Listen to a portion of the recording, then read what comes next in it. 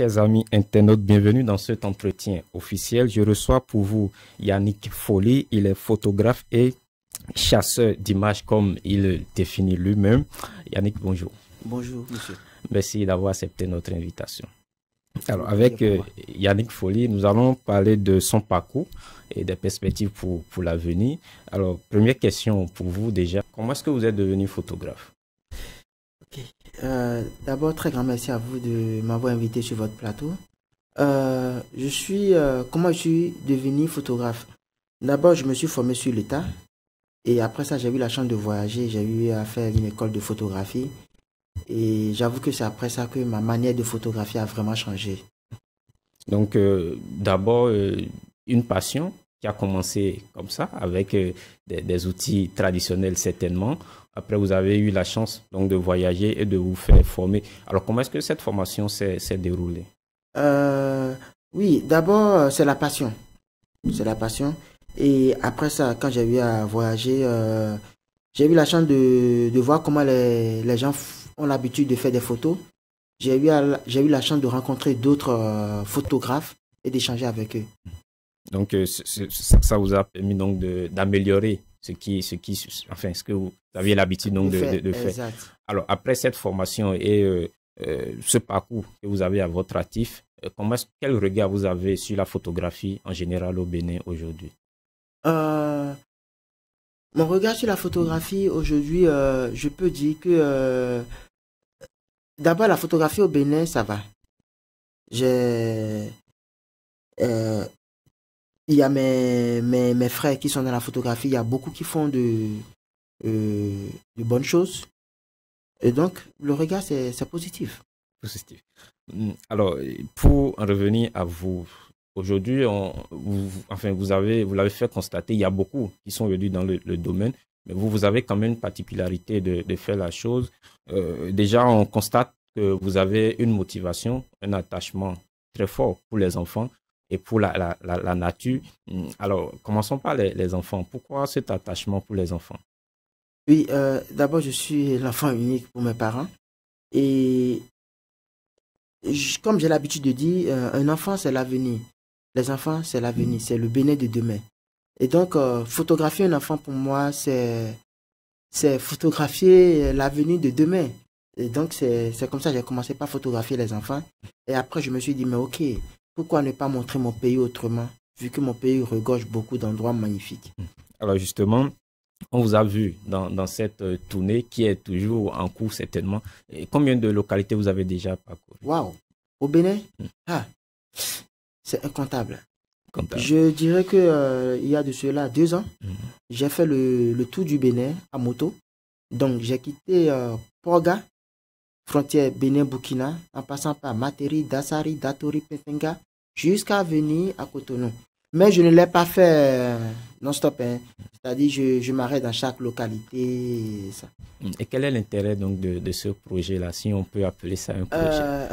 L'intérêt de ce projet, c'est juste pour montrer les endroits magnifiques que mon pays regorge. Et aussi montrer autrement le Bénin à ceux qui ne connaissent pas le Bénin. Est-ce qu'il y a eu une expérience qui vous a marqué lors de cette tournée-là? Oui. En tant qu'aventurier, les expériences, ça n'en manque pas. Que ça soit positif ou négatif, ça n'en manque pas. Une qui vous a marqué, que vous n'allez peut-être jamais oublier? Qui m'a marqué, je me rappelle que j'étais dans un village, je pense que ça doit être à Kobli, un village pas très loin de Kobli, où la pluie a commencé. Et donc, je cherchais un endroit où garer ma moto. Et en fait, ça ne m'a pas marqué négativement, mais positivement. Du coup, le monsieur, il est sorti, il m'a dit non, tu peux garer ta moto là. Et en plus, il ne parlait pas ma langue, il ne parlait pas français. Et donc, on s'échangeait avec la main. Et au bout de quelques minutes après, il a alerté tout le village et tout le monde est venu comme si je voulais le kidnapper, quoi. Et c'est là où le chef du village, il est venu. Et comme lui comprenait français, je me suis présenté tout ça. Et après, tout est rentré dans l'ordre. Donc, j'ai trouvé ça vraiment marrant, quoi. Justement, lorsque vous êtes sur le terrain, vous avez évoqué tout à l'heure ces difficultés en matière de communication. Comment est-ce que vous arrivez à vous intégrer? D'abord, il y a les signes qui ne manquent pas.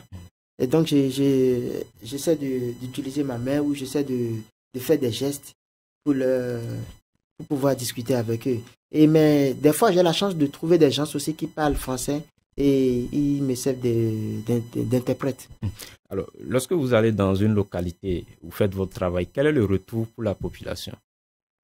Ce que j'ai l'habitude de faire, quand je vais dans une zone, je fais les photos, je fais des vidéos, j'attends d'abord 2 ou 3 mois comme ça, ou même plus, et je retourne dans cette zone-là pour leur donner les photos ou même leur montrer les vidéos. Donc, des fois, en partant, je garde des projecteurs sur moi et j'essaie de leur faire des mini-documentaires pour qu'ils regardent un peu comment leur village est. Avant, quand je faisais vite les photos, j'attends pas trop et je retourne. Mais quand j'y retourne en même temps, je vois que ça n'a pas d'impact sur eux. Parce qu'ils se disent, ouais, il va revenir maintenant. Mais quand j'attends un peu et je retourne, ah waouh, l'émotion, elle est vraiment énorme. Est-ce qu'il est déjà arrivé que dans un village, les gens s'opposent au fait que vous fassiez donc des photographies? Oui, oui, oui. Et ça n'en manque pas. Hein. Même je pense qu'au sud, c'est courant. Parce qu'on se dit, non, ne me prends pas en photo, c'est pour aller vendre aux blancs, c'est pour aller... il y a plein de trucs, les gens racontent plein de trucs. Il y a d'autres même qui disent que c'est pour capter leur âme dans ton boîtier, et donc ne me photographie pas, ça n'en manque pas, ouais. Et quand ça arrive, comment est-ce que vous... Oui, quand ça arrive, je ne peux jamais forcer quelqu'un à avoir son image sans son autorisation. Du coup, quand ça arrive, je range tout. Même, il y a des photos même où je ne demande pas à l'intéressé, j'essaie de prendre la photo, parce que quand tu demandes, l'intéressé a l'habitude de poser, donc tu n'as plus vraiment... C'est pas naturel. C'est pas naturel. Donc j'essaie de vite voler la photo, et après je me rapproche de la personne, je lui montre sur le boîtier, est-ce que ça t'intéresse? Tu vois comment... S'il dit, ah non, je veux pas, là je delete. Parce que la personne n'est pas d'accord. Donc pourquoi forcer à le prendre en photo? Alors, ces déplacements, ça vous coûte quoi en matière de finances? Wow. Je dis qu'en matière de finances, des fois c'est énorme. Et c'est mes petits business que j'ai à côté parce que je suis photojournaliste pour l'AFP, l'agence France Presse. Et donc quand je fais des boulots pour eux, c'est-à-dire quand je fais des reportages pour eux, c'est le sous qu'on me paye là-bas que j'essaie maintenant d'investir dans ce que je fais. Donc, ou quand j'ai des clients qui me commandent, quand je travaille sur des projets pour des clients, c'est sous j'essaie de payer ça de l'autre côté pour faire mes voyages. Et moi, je le fais avec passion. Hein. Et quand c'est comme ça, quel est le retour pour vous personnellement? Parce que finalement, on peut dire que vous travaillez pour la passion. Oui, mais la passion ne nourrit pas l'artiste, c'est ça le truc. Alors, le retour pour vous, c'est quoi? Le retour, je peux dire qu'aujourd'hui, je possède une grande banque d'images en matière de photos au Bénin et même des vidéos. Et ça, je suis fier. J'ai même un serveur chez moi sur lequel je suis en train de vouloir et je conserve tous mes trucs. C'est vrai que c'est pas énorme, donc je suis en train de réfléchir comment acheter un autre, tout ça. Donc, c'est pas aussi facile parce que une chose est de faire les photos, mais une chose aussi de les sauvegarder. Et la sauvegarde, c'est autre chose. Donc, en matière de banque d'images, je peux dire que je possède beaucoup d'images de mon pays. C'est tout ce que je peux dire. Mais ça ne nourrit pas l'artiste parce qu'il faut vraiment trouver les fonds pour faire ce que je fais. Des fois même, je me lève et je me dis, mais pourquoi je fais tout ça? C'est pas facile.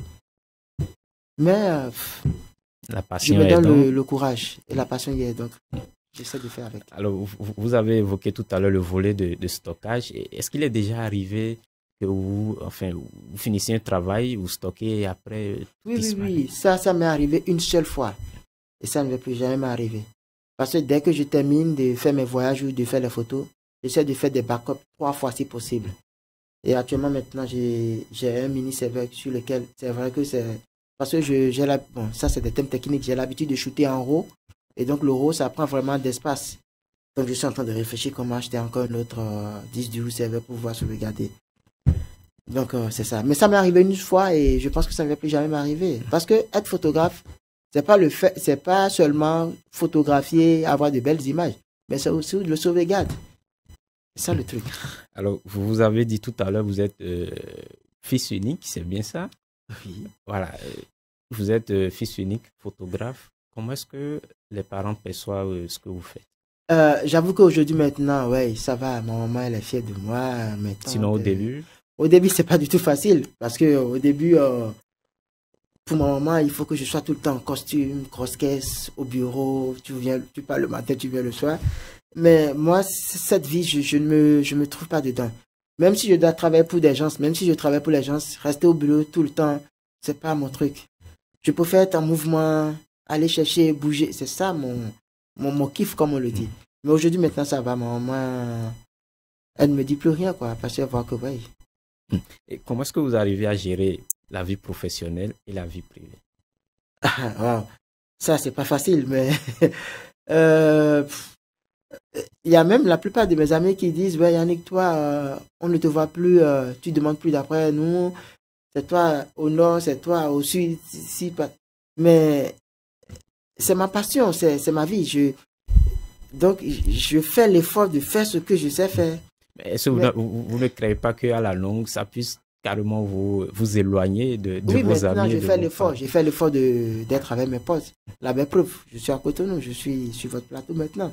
Donc, dès que je vais finir ici, je vais rencontrer des potes à moi pour discuter et parler d'autres projets. Alors, à l'intérieur du pays, il y a beaucoup de photographes, vous l'avez reconnu aussi. Est-ce qu'il y a des projets avec des photographes béninois? Oh, oui. Je suis en train de réfléchir sur des projets avec des photographes béninois. Parce que j'adore beaucoup ce que mes frères font. On aime beaucoup. Et parmi le lot, il y a d'autres qui bossent dessus et j'aime beaucoup ce qu'ils font. Donc, je suis en train de réfléchir sur comment travailler ensemble, collaborer.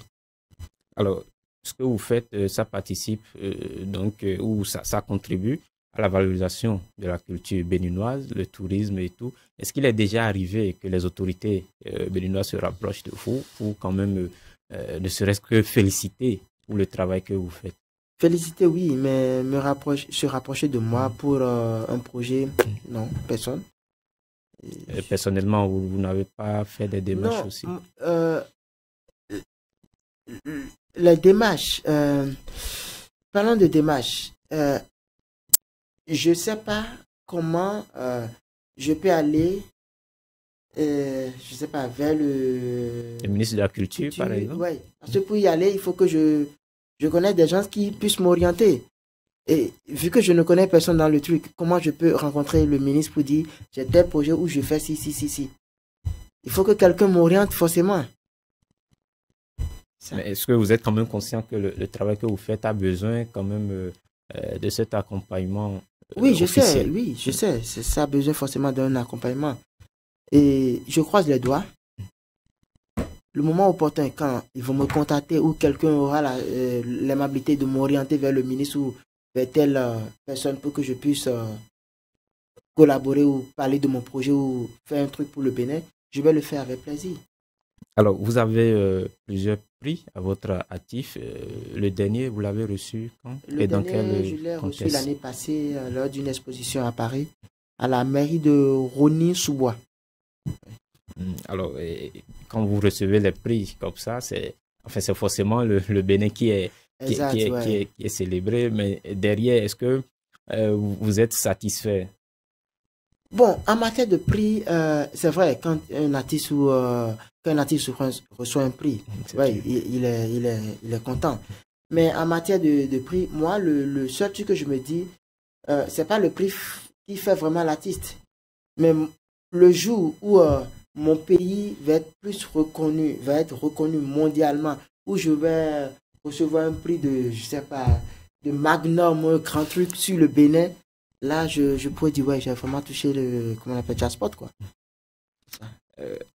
Est-ce que lors des expositions ou lorsque il vous arrive donc de participer à des compétitions internationales, les images que vous capturez le long du Bénin ressortent certainement? Oui, pour la plupart des prix que j'ai eu à gagner, par exemple, ce que j'ai eu à gagner à la BAD, la Banque africaine de développement, ça c'est une image du Bénin. Et donc, la plupart ce sont des images d'ici que je postule pour mes concours. Alors Yannick Folly, nous arrivons au thème de cette émission et je vais vous laisser dire votre dernier mot. Ok. D'abord, mon dernier mot, je vous remercie infiniment de m'avoir invité sur votre plateau.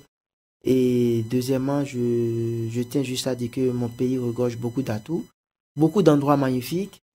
Et en gros, c'est tout ce que j'ai à dire. Yannick Folly, merci d'avoir répondu à notre invitation. Chers amis internautes, merci à vous aussi de nous avoir suivis. J'ai reçu Yannick Folly, il est photographe, chasseur d'images. Vous l'avez compris, il a un très grand attachement pour son pays et cela se ressent très fortement dans ce qu'il fait dans son travail. Si vous êtes très actif sur les réseaux sociaux, notamment sur Facebook, vous aurez forcément donc cette chance-là de rencontrer ses œuvres. C'est un photographe très talentueux. Merci de nous avoir suivis et à la prochaine.